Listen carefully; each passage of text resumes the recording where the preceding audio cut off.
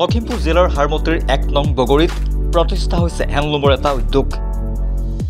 এই গীতিকা হেণ্ডলুমে ৰঙালী বিহুৰ বাবে বিশেষ উপহাৰ আগবঢ়াইছে। লখিমপুৰ জিলাৰ হাৰমতিৰ ১ নং বগৰীৰ অভাৰব্ৰিজৰ সমীপৰ গীতিকা হেণ্ডলুমত উপলব্ধ থলুৱাভাৱে প্ৰস্তুত কৰা হস্ততাঁত বয়ন শিল্প। চাদৰ, মেখেলা, গামোচা, মিচিং কাপোৰ, এৰীৰ, মুগাৰ পাত আদিৰ বিভিন্ন কাপোৰৰ সমাহাৰেৰে জিলাখনৰ ভিতৰতে এখন লেখত ল'বলগীয়া ব্যৱসায়িক প্ৰতিষ্ঠান।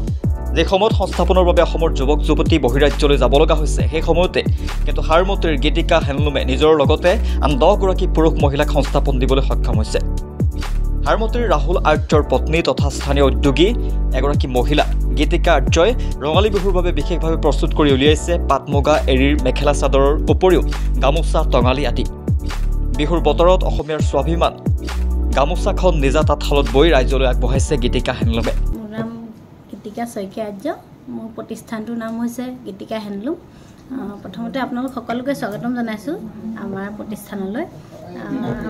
মোৰ এই প্ৰতিষ্ঠানটো ক'বলৈ গ'লে মোৰ হাজবেণ্ডৰে অৰিহণা বুলি ক'ব লাগিব, কিয়নো তেওঁ ছাপোৰ্ট নকৰিলেতো মই কৰিব নোৱাৰিলোহেঁতেন, অকলে সম্ভৱ নহয়। তেওঁকেই মেইন সেইটো দিব বিচাৰিম মই। তো মোৰ ইয়াতে থলুৱা হস্তনিৰ্মিত আপোনাৰ কাপোৰ পাব, টচৰ বা নুনি, পকোৱা সূতা, গামোচা, হাতে বোৱা গামোচা। আমি খাল এইপিনে দেখিছোঁ তাঁতশাল, আপোনাৰ ইয়াতে নিজৰ তাঁতশাল আছে। কেইখন তাঁতশাল আছে? মোৰ এতিয়া 6খন আছে বৰ্তমান। 6খন তাঁতশাল। তাৰে কি আপোনালোকে? এইবিলাক বিহু মেখেলা এয়া আমি বৈ আছোঁ, নিজৰ শালতে বোৱা এইবিলাক। চাওক, এখনৰ দাম কিমান? এইখনৰ মূল্য 2000 টকা। 2000 টকা। আৰু কি আপোনালোকে ইয়াতে প্ৰস্তুত কৰি আছে? মোৰ এইবিলাক চাদৰ, গাড়ী দিয়া চাদৰ কয়, এইবিলাকো আমাৰ নিজৰ শালতে বৈ আছোঁ। হয়,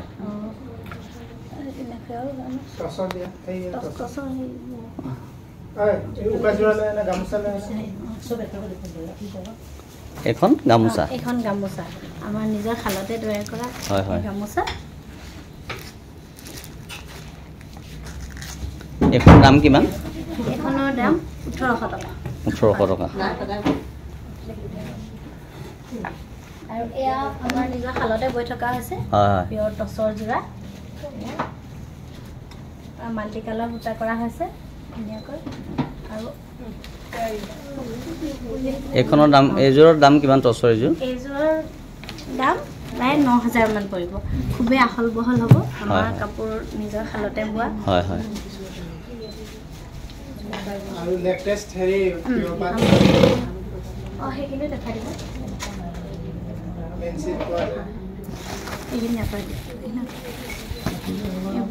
এইবোৰ ৰিহা আমাৰ নিজৰ শালতে বৈ থকা হৈছে। ৰিহা ন? আমি চাই আহিছিলোঁ এতিয়া। হয় হয়, ৰিহাও আমাৰ নিজৰ শালতে বৈ থকা হৈছে। এইবোৰ ৰিহাৰ দাম কিমান এতিয়া? এইবোৰ ৰিহা প্ৰায় 2300 টকা। আমি দহিও বাতি মেলি ৰেডি কৰি দিওঁ। হয় হয়। আৰু কি ধৰণৰ? এয়া উকাযোৰা আমি বৈ আছোঁ, এয়া 50-50।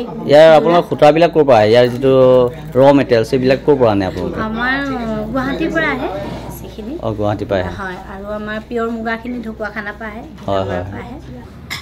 আমাৰ প্ৰতিষ্ঠানখন আছে হাৰমতিৰ পৰা লখিমপুৰ দিশে আহিলে অভাৰব্ৰিজটোৰ পাৰ হৈ নিচে ওচৰতে, আৰু লখিমপুৰৰ পৰা হাৰমতি দিশে আহিলে মানে আমাৰ অভাৰব্ৰিজটোৰ ওচৰতে, আপটো উঠাৰ ওচৰতে আমাৰ প্ৰতিষ্ঠানখন। আপোনালোক সকলো আহিব আমাৰ প্ৰতিষ্ঠানলৈ, সুলভ মূল্যতে পাব, বেলেগতকৈ কম মূল্যত আমাৰ ইয়াত পাব, যিহেতু আমাৰ নিজৰ শালতে বৈ থকা হৈছে।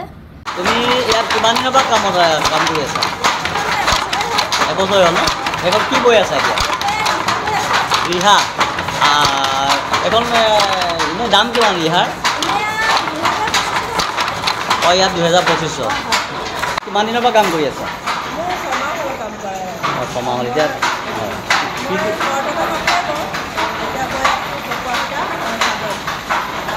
মুগা বোৱা নে?